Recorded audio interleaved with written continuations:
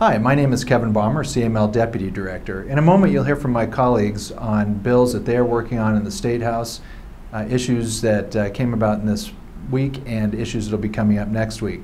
My issues taking center stage next week will be broadband with Senate Bill 2 that will be in the Senate Business, Labor and Technology Committee on Monday. This legislation has a long ways to go. CML will be neutral on it as it stands now, as we expect many troublesome amendments to be considered and possibly added in committee on Monday. Our hope is to get the bill to a position that we can support, and if passed, it would allocate high-cost support mechanism money to the Broadband Deployment Board, but again, it still has a long ways to go.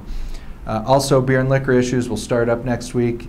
House Bill 1096, which will be in the House Business Affairs and Labor Committee, will deal with local special event permits. This is a simple bill that codifies an existing regulation that the Liquor Enforcement Division didn't believe there was existing statutory authority. It was a CML-initiated bill, and again, it'll be up on Tuesday in House Business Affairs and Labor. Hi, this is Megan Dollar, Legislative and Policy Advocate here at CML. We've got two terrific things to report to you that have happened this week within my issue areas. Number one of them having to do with affordable housing.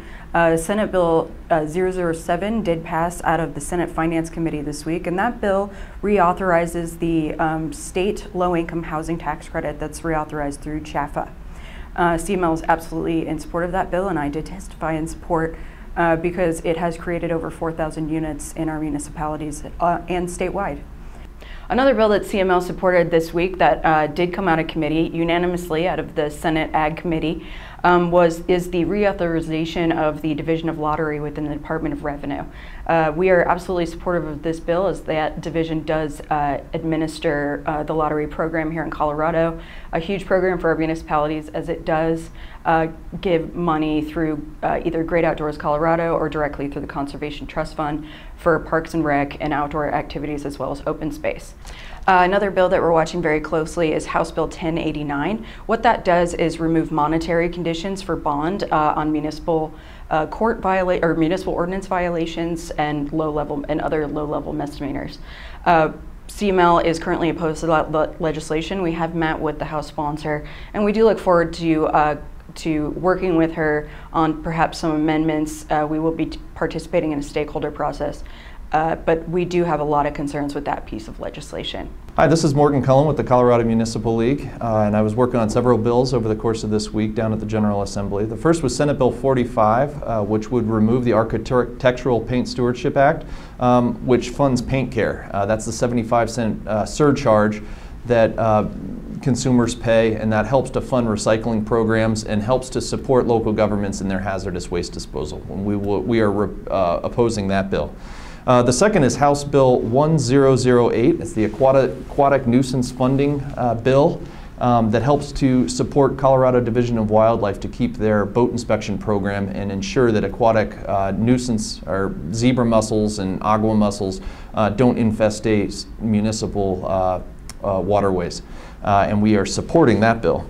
And then on Monday, there's going to be a bill, Senate Bill 48, the local control of oil and gas placement, is going to be up in the Senate Ag Committee. And that bill is put forward to provide greater local control over an oil and gas activities within their vicinity.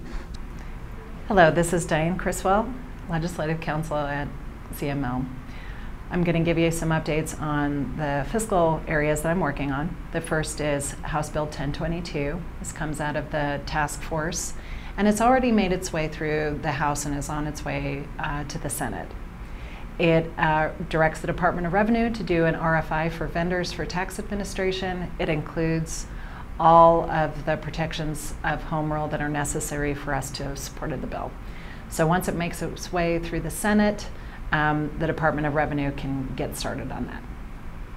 Next is some of the fixes for the, I'm trying to think of how best for the kind of technical problem that resulted from 267 for special districts that impose a sales tax.